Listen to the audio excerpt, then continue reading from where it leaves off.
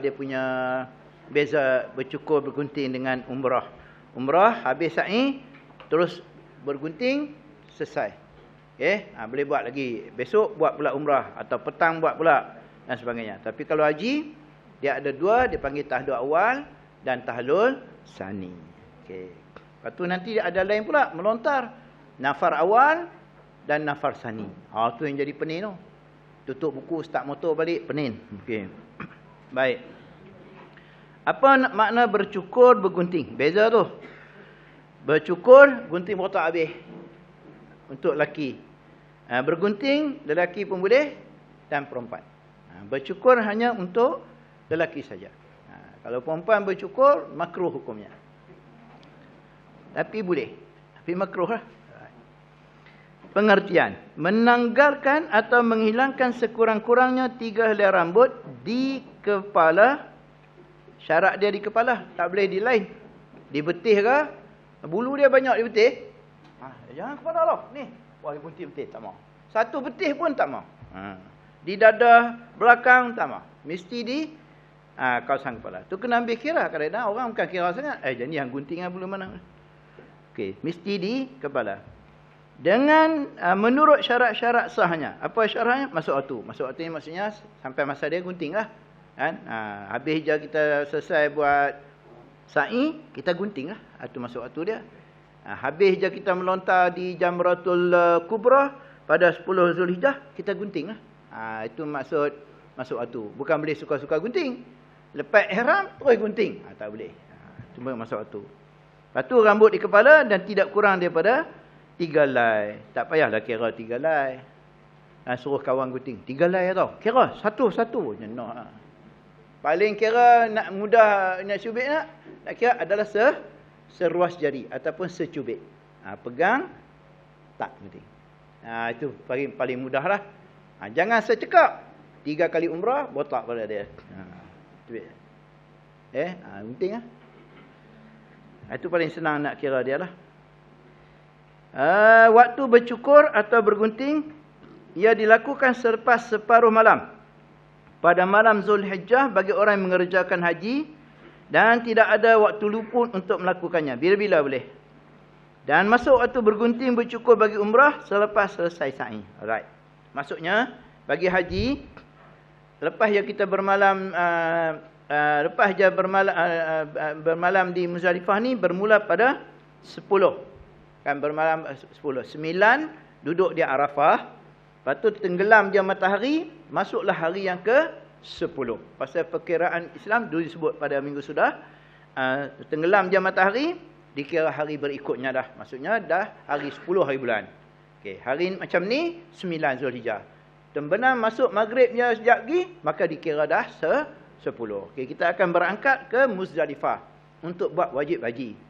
Bila masa wajib haji bermalam di Muzdalifah ni? 12 malam ke atas. Maksudnya 12 malamnya tak, 12 1 minitnya dah masuk waktu bermalam di Muzdalifah. Dan boleh dah untuk dah masuk dah waktu untuk bergunting. Tapi tak boleh gunting lagi lah. Pasal nak pergi melontar dulu. Okey, bercukur atau bergunting. Perhatian, boleh mencukur. Boleh mencukur atau menggunting sama ada rambut sendiri atau rambut orang lain apabila telah masuk waktunya. Kita gunting kita punya sendiri pun boleh. Kita gunting untuk orang pun boleh. Tapi dia kata afdal mencukur dan menggunting rambut sendiri terlebih dahulu sebelum melakukannya untuk orang lain. Saya gunting saya punya dulu. Lepas tu ada Jumaat mari, saya gunting. Boleh. Baik, jangan dia tak gunting lagi. Boleh juga. Tapi afdalnya, dia guntinglah dia punya dulu. Ketika bergunting, jemaah haji wanita hendaklah menjaga aurat. Ujung rambut juga dikira sah untuk digunting. Dan jemaah haji juga boleh bergunting di mana-mana tempat yang difikirkan sesuai. Jadi bila nak gunting, kalau suami nak gunting rambut isteri, boleh. Tapi, jaga aurat lah. Tak boleh lah saya telekong. Gitu, tak boleh. So, kena masuk tangan dia dalam itulah. Dah orang kata apa pula depa ni dan lagi wujud haji ni gitu. Tak peduli lah dia punya pasal kan. Kalau rambut panjang Orang pun rambut panjang sampai belakang, di ujung pun ya, pegang secubit ujung tu, pegang-pegang. Nak tengok nanti buka nampak orang pula kan. Kita pegang tu. Okey. Kalau nak bagi pendek rambut dia, secekak. Dia bukan tahu. Okey. Jangan tunjuk dia. Mana rambut? Dah buang lah pun. Pada secekak 3 kali habis.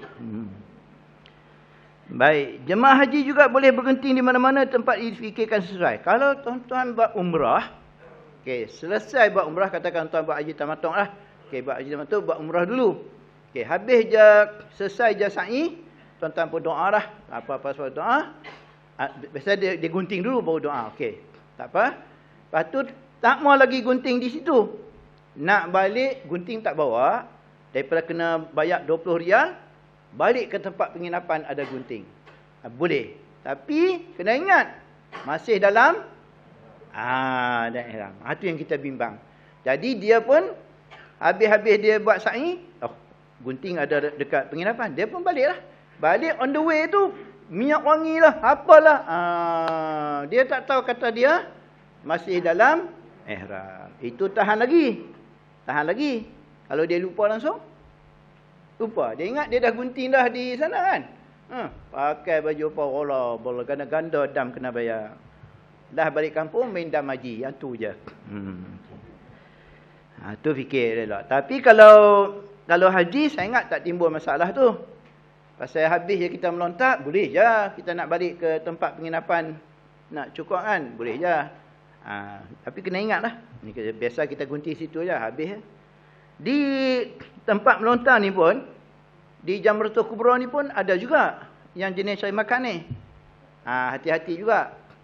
Dan di tempat sa'i Bukit Maruah pun ada macam-macam tuan-tuan. Orang cari makan. Kata macam mana? Kita pun kalau dah bersara boleh duduk itu. Bagi kad tu. This is my card. Tuan-tuan. Okay. Dia duduk lah. Kan dia buat apa? Dia gunting. 10 rial, 20 rial gitu lah. Kalau kita tak buat gunting, kalau dari segi hukum, kita tak buat gunting. Sebenarnya boleh kalau kita cabut pun boleh. Cabut rambut tu. Pegang, tarik. Gunting tak bawa, aku takkan bagi 10 rial, biar aku cabut. Cabut. Menjerit di maruah. Aduh. Dia. Boleh. Heran tu kan gunting ni. Punya kedekut duit. Rela cabut rambut tu. Okay. Apa hukum dia? Boleh. Nak bakar pun boleh. Dia gunting tak bawa, lighter dia tak tinggal. Tapi cerita hukum lah, tuan-tuan jangan buat kerja gitu. Bakar, buka. Bakar rambut isteri dia. Habis telekung. Okay. Ini cerita hukum boleh. Tapi jarang orang buat. Bukan jarang, tak pernah pun. Orang tangkap bawa balik lah. Okay, macam sa'i tadi lah. Berjalan ke depan biasa. Tapi kalau tuan-tuan nak undur pun boleh. Kalau nak jalan macam ni pun boleh. Nak jalan macam ni pun boleh. Dia freestyle. Dia tak ada. Adakah dia suka jalan menghadap kiblat? Tapi kalau tawaf, mestilah. Tawaf mesti Baitullah sebelah kiri. Tapi sa'i tak kita jalan ke mana. Tapi semua bolehlah jalan pun ni. Habis itu, mereka buat kali angkat ke jalan hutan. Jemaah haji mana tabu haji ambil ni? Tapi cerita hukumnya, boleh. Cerita hukum boleh. Tapi tak pernah orang buat. Nak pakai sebab pendek? Boleh. Bukan syarat dia menutup aurat. Ada dia sebut syarat menutup aurat? Tak. Kalau tawaf, itu mestilah. Di dalam masjid. Pakai sebab pendeknya. Buat datang ya. Habis di maruah tu upat seketul bagi dia makan. Ni hang tak makan ubat ni, dia teruk tu. Hukum je, hukum. Tapi orang tak pernah buat. Tapi dalam masalah-masalah fiqh ada berlaku. Ada hukum-hukum macam ni jugalah. Okey. Bagi jemaah haji lelaki yang botak lincin tidak berbulu, memanglah pun. Pasal nanti ada botak yang tak lincin. Dia ada rambut tapi dia tak lincin. Ni hak jenis lincin. Gitu. Dia berbotak lincin terus. Allah Rabbi. Atau berambut di bahagian kepala, sunat melalukan mata pisau atau bergunting di atas kepala. Okey, dia tak ada rambut langsung. Tak ada rambut langsung. Memang kita nak pegang ataupun ada rambut tapi kita nak pegang tak boleh. Nak pegang dia payah sangat. Jadi kita nak gunting tepi-tepi tu payah. Dia suruh kepada kita tarik mana rambut hang ni tak ada langsung ni. Kita buh gunting tepi kan. Tak boleh, tak lekat. Tu kira ada tapi tak clear. Macam mana nak buat? Ambil gunting, lalu je atas kepala. 1, 2, 3. Daripada contoh aja. Jangan buat tu nanti saya kena nanti. Tu melawak tuan. Melekat gunting tu. Bawa lalu gunting. Gunting yang kecil tu. Tuan-tuan bawa yang kecil tu lah. Yang besar. Tapi bawa dia jangan bubuh dalam luggage. Jangan bubuh dalam beg tangan ni. Nanti dia rampai. Atau kena bubuh dalam beg barang. Yang besar tu. Jangan bawa dalam beg tu. Kena. Oh ni berapa ramai kena. Tak boleh. Dia kena nanti tabur haji dia bagi tahu lah. Walaupun gunting tu kecil. Tapi dia tak boleh. Dia tak bagi bawa. Padahal apa? Kalau nak bunuh pilot pun buat apa? Kita pun sama-sama mati. Kalau kita pergi logik. Tapi tak bagi. Bukan pergi Mekah ya. Saya pergi Sarawak pun tak boleh. Buh dalam beg tu. Custom tu ambil lah. Dia cek masuk dalam tu. Tengok ada gunting. Dah ambil. Banyak tau dekat dia. Untung custom tu tak beli gunting. Ambil tu je. Tak boleh buh dalam beg besar tu. Beli yang kecil tu lah. Okey. Bawa ke mana nak sa'i je? Bawa itu. Sekiranya rambut tumbuh walaupun sedikit. Wujud tanda-tanda kehitaman di kepala. Wajib dicukur. Tu dia gunting. Dia cukur lah. Dia tak gunting. Pasal nak ada rambut tapi nak gunting payah. Dia cukur lah. Tapi biasa jemaah haji pergi ni dia pertama kali tu dia botakkan habis lah. Dia ada rambut ke tak ada ke biasa. Baik, dia buat tanda tu. Jika dia mengetahui bahawa rambutnya sempat tumbuh selepas dicukur kali pertama, sunat dicukur rambutnya untuk kedua-duanya iaitu haji dan umrah. Okey. Nak tunggu rambut tumbuh bila ni? Okey. Baik. Habis, selesai. Okey, cuma dalam ibadat haji ni dia ada satu nama dia panggil tahallul. Okey, tadi kita pakai kain ihram yang sepasang di sudut dia dulu kan, sepasang yang tu di macam kartun tu pakai ni. Ni kain bila belum niat ihram kita pakai baju macam tu. Bila dah niat ihram, ni. Macam kepala kartun ni, dia macam tak ada rambut langsung. Tu yang buat lari je gunting. Macam ni. Kena gunting lah. So, bila pakai kain ihram, bila masa kita dah niat ihram, kita berada dalam ihram dia panggil muhrim, kan? Orang yang dalam ihram. Jadi macam mana kita nak halalkan 13 pantang larang yang tak boleh kita buat tu? Itu dia panggil tahallul. Menghalalkan, merongkaikan 13 pantang larang yang tak boleh kita buat semasa dalam ihram, maka kita hendaklah bertahlul. Iaitu melepaskan diri daripada larangan ihram sebanyak 13. Itu ke depan akan disebutlah. Antaranya tak boleh pakai minyak wangi, tak boleh gunting tanggai bulu, tak boleh tutup muka, melainkan arahan daripada Saudi pakai mask, itu lain lah. Kalau nak pakai hijab, tak boleh, so kena buka lah. Kalau Saudi kata, okey, kena pakai face mask, baru kita boleh pakai. Kalau saya saja nak pakai, tak ada kepentingan, tak boleh pakai face mask. Okay, dulu awal tahun 17-18 tu dia suruh pakai face mask tu pasal dia buat bangunan tinggi-tinggi untuk jadi abu-abu banyak. Lah ni selesai yang tu, lah ni dah COVID pula, kalau dia suruh pakai lagi baru boleh pakai. Kalau tak ada arahan tak boleh pakai. Okey. Alright.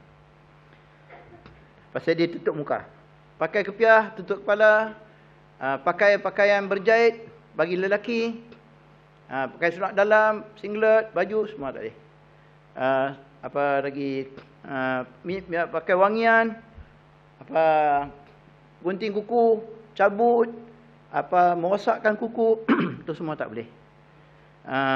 Berburu binatang, mukadimah persubuhan, akad nikah, jadi saksi, jadi apa, semua tak boleh. Sepanjang dalam ihram. Itu 13 akan disebut. Kemudian ni saya sebut secara rawak gitu. Baik, tahlul ni ada dua, satu dia panggil tahlul umrah Dan tahlul haji ada dua. Satu tahlul awal, satu lagi tahlul sani. Okey. Tahlul umrah ni senang je lah. Macam saya sebut tadi. Habis je, selesai je sa'i, terus bergunting. Habis. Selesai. Lepas tu pergi pula. Petang pergi pula Tanaim. Buat umrah lagi. Lepas tu selesai, gunting. Dapat dua. Okey, malam pergi pula. Contohlah. Ataupun esok pula. Begitulah seterusnya. Cepat dia punya tahlul dia. Kan tak lama. Tapi macam tu pun ada juga jemaah-jemaah yang melanggar pantang larang. Ada. Dalam umrah yang begitu singkat masa dia, begitu mudah dia punya perbuatannya, amalannya, tapi ada juga ialah tuan-tuan pergi tanah suci ni banyak dia punya macam-macam lah. Tambahlah kalau kita tak ada ilmu pergi sombrono begitu saja. Jadi kita pun tak tahulah kan cerita begitu. Jadi satu jemaah ni, satu orang sepasang suami isteri ni. Jadi dia pergi umrah, pergi miqat, balik dia tak tawaf.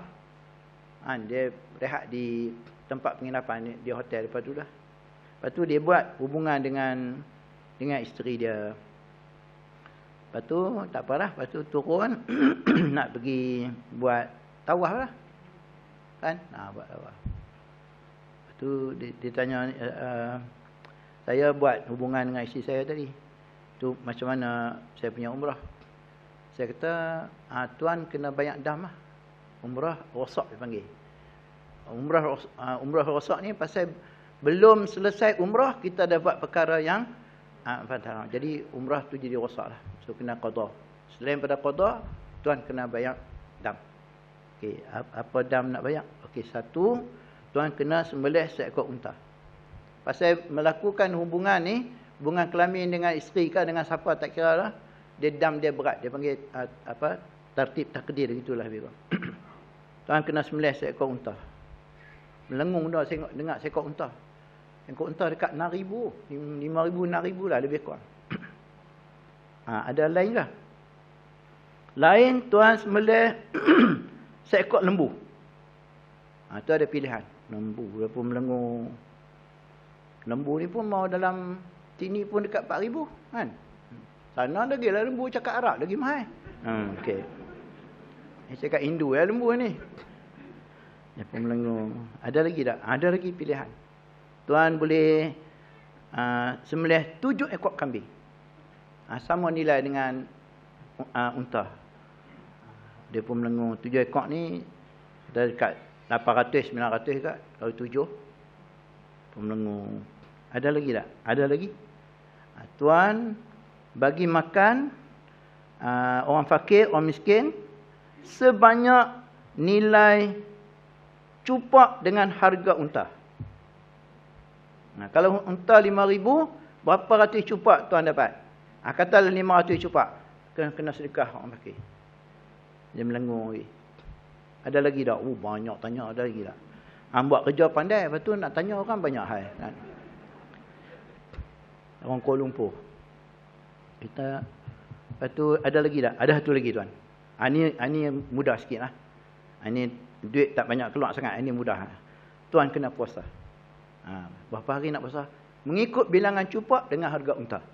Maksudnya kalau 500 cupak, tuan kena puasa 500 hari. Tak apalah, lain kali je lah. Dah, cabut. Saya pun tak tahu apa dia buat, apa jadi. Dia lah. 500 hari dia kena puasa. Tapi tak payah betul-betul lah. Boleh selang. Tolak Ramadan lah. Ramadan tak masuk lah. Ramadan dia wajib. Yang ni pun wajib buat. Pasal dia dam. So, kena buat. So Ramadan dia kena stop lah. Lepas tu dia puasa lagi. Terus. Tapi kita tak payah selang. Tak payah turut-turut. Kalau turut-turut memang mati lah. Siapa yang kena? Tuan yang kena. Suami, isteri tak payah. Tuan yang kena buat. Pasal tuan yang mengamuk. Okay, saya kata dia. Nyak lah, tak cakap apa. Saya kata lain kali lah, tak apa. Tak apa, ikut tuan lah. Pergi mana saya tak tahu. Okey, itu benda yang kita nampak macam very simple. Umrah je, bukan haji. Haji makan masa yang lama. Tapi umrah, tapi ialah ujian Tuhan je. So hati-hati dalam tahlul. Sebab tu Tuhan bagi kita tahlul ni supaya kita boleh tahan tak mengengkang kita punya. Dulu kita duk pakai minyak wangi, pakai berjahit. Hari ni dia nak bagi kita pakai. Nak bagi benda ni. Okey, apa boleh tahan tak? Lepas tu sekejap, gunting lah, habis lah. Tu je sebenarnya. Nak maklumkan, ini dia yang kata sama taraf, sama apa level manusia di dunia, hang pergi haji je, ini dia hang kena buat. You suka tak suka, you buat. Kan? Pakai kain ihram, semua putih. Tak ada orang pakai merah kain ihram dia. Pasal saya keturunan Raja Besiung. No. Bolehlah pakai, tapi orang tak buat umrah, orang tengok dia. Siapa pakai kain merah? Serta level dia gitu. Sama je 13 pantang larang kena buat. Hang menteri ke, hang agung ke, hang orang biasa ke, 13 kena jalan. Tak boleh apa-apa. Hang langgar je, hang kena bayar dam. Tu perintah Tuhan. Semua aku. Berani lawan. Berani tak apa, lawan. Kalau dia tak buat, contohnya orang tadi dia tak buat langsung, dia akan jawab depan Tuhan besok lah. Lagi teruk, perit lagi. Dah langgar pantang, umrah rosak. Apa lagi pantang larang lagi dia buat. Berat. Lepas tu, disiplin dalam ibadat haji, dalam umrah memang dia suruh kita disiplin betul lah. Jaga elok benda ni. Itu yang jadi kita disiplin tu. Satu dalam umrah. Satu tahlul lagi, ada dua. Satu tahlul awal dan tahlul sani. Okay. Tahlul awal terhasil apabila jemaah haji selesai mengerjakan 2 daripada 3. Dia buat 2 daripada 3. Apa dia? Melontar di Jamratul Kubra 10 Zulhijjah, tawaf rukun dan sa'i, dan juga bergunting bercukur. Okay, yang ni pun banyak juga dia punya secara teknikal yang boleh kita buat untuk dapatkan tahlul awal ni. Ada pelbagai bentuk. Janji kita buat 2 daripada 3. Biasa jemaah haji daripada dulu, dia akan melontar dulu, balik daripada bermalam di Muzdalifah, terus melontar di Jamratul Kubra. Lepas tu baru bergunting. Memang jemaah haji tak dibawa balik ke Mekah. Memang terus ke Mina untuk bermalam di Mu'aisim, di Mina. Dah selesai melontar 1, 11, 12, 13, baru dibawa balik. Itu yang tabung haji biasa buat. Package, cerita lain. Tapi package yang ratus-ratus ribu ni pun, cerita lain. Mereka ada kenderaan untuk ulang alik. Tapi yang 120 ke, 180 ke, paling mahal lah, 180. Ada kenderaan ulang alik. Itu dia punya hal. Biasa tabung haji dia akan melontar dulu, lepas tu dia bergunting. Selesai. Lepas tu kita pergi duduk kat Mu'aisim, seberang terowong tu, lebih kurang 3 km. Bas bawa lah. Okey, masa nak melontar, baru. Selesai melontar 11, 12, 13, barulah kita balik Mekah. Barulah kita buat tawaf dan sa'i. Itu biasa. Ini yang paling senang. Tak payah kita pergi Mekah, saat lagi, patah balik, duduk balik Mekah. Kita terus duduk situ. Bawa baju apa semua, nanti dia orang bagi taklimat apa semualah. Untuk memudahkan kerja menghasilkan tahlul. Jadi, masa kita pergi tahlul pada 11 hari bulan, 12 hari bulan, 13 hari bulan tu, kita dah boleh pakai macam ni. Tak payah pakai kain ihram. Ihram kita bungkus-bungkus dah. Pasal dah tahlul awal. Bila tahlul awal ni, kita boleh buat 10 daripada 13. 10 boleh buat. Tolak 3 tak boleh lagi. Apa benda? Mukadimah persubuhan dan kahwin. Ini yang tak boleh buat ni. Ini takkan nak buat kot. Nanti kan. Sabar-sabarlah pun nak kahwin pun. Contohnya. So 10 dah boleh. Pakai minyak wangi, gunting, mislat, apa semua dah boleh. Senang lah. Kalau kita Mekah nak tahu apa pula banyak hal. Tapi boleh lah. Tapi biasa kita buat macam ni. Baik. Pasal kita dah buat 2 daripada 3. Jemaah haji yang telah tahlul awal boleh melakukan perkara yang dilarang semasa ihram kecuali 3. Nikah dan perkara yang berkaitan dengan nikah lah, saksi apa semua tu. Muqaddimah, hubungan kelamin atau persetubuhan dan melakukan persetubuhan. Ini tak boleh lagi dah. Okey, ini tak boleh lagi. Right. Itu dipanggil tahlul awal. Tahlul sani terhasil apabila selesai mengerjakan semua amalan berikut. Okey. Bila kita dah melontar di Jamratul Kubra pada 10, Katakan hari ni 10 lah. Okey, kita sampai dia waktu dia masuk malam tadi, kita boleh lontar dah. Okey, lontar 7 biji di Jamratul Kubra. Lepas melontar 7 biji kita pun gunting. Habis. Bila gunting kita pun pergi dibawa balik ke kemah kita di Muaisim. 3 kilo lah lebih kurang. Masuk terowong Muaisim macam terowong tu lebih kurang. Dia punya jauh dia pun saya ingat lebih kurang macam tu juga. Tapi dia agak luas lagi lah. Dulu dia buat satu. Masa zaman saya belajar dulu pergi, dia buat satu tu yang tuan-tuan ingat kejadian Muaisim. Masa tu dia buat terowong tu satu. Lepas tu orang lalu pun situ nak daripada Muaisim pergi, daripada melontar balik. Jadi bertembung lah. Semua jenis payah kira. Jenis susah nak cakap lah. Jadi dalam tu kipas dia pun mati. Masa tu saya dah tu mati, lepas tu gelap pun. Jadi semua tak mau beralah, orang tahu kata. Turki dia pegang tangan dia. Ni. Dia pun besar tuan Turki ni. Adik kecil sikit pada anak gajah ya Turki. Dia kuat. Dia kecil pun, perempuan dia 60 pun kuat, besar dan dia kuat. Dia bertenaga walaupun nampak besar. Arab pun sama. Arab kalau dia naik bas, penuh pintu bas tu dia naik. Seorang dia aja. Tapi dia kuat pasal dia makan gandum, dia makan roti, lepas tu dia kuat. Itu dia punya kekuatan. Kita sini pasal makan nasi, lepas tu pagi-pagi buat nasi lemak ataupun disebut nasi lemah. Memang lemah. Gitu. Kena ikan bilis sampai petai pula. Gitu. Jadi dia kuat. Bertambung. Hak terjun pun ada hak ni. Tu yang mati beratus-ratus. Dah nak mati beratus-ratus. Kadang ada yang pitam tak mati. Panas. Dia main mana dia angkat satu-satu macam kita. Kita punya bomba smart turun satu-satu angkat. Dia main sodok angkat. Itu ramai. Manalah angkat satu-satu. Jadi nak pergi situ, duduk di Mina. Duduk itu. Tapi kita dah okey dah lah. Ihram semua dah okey. Ataupun kita tak mau lagi bercukur di Jamrah tu pun boleh.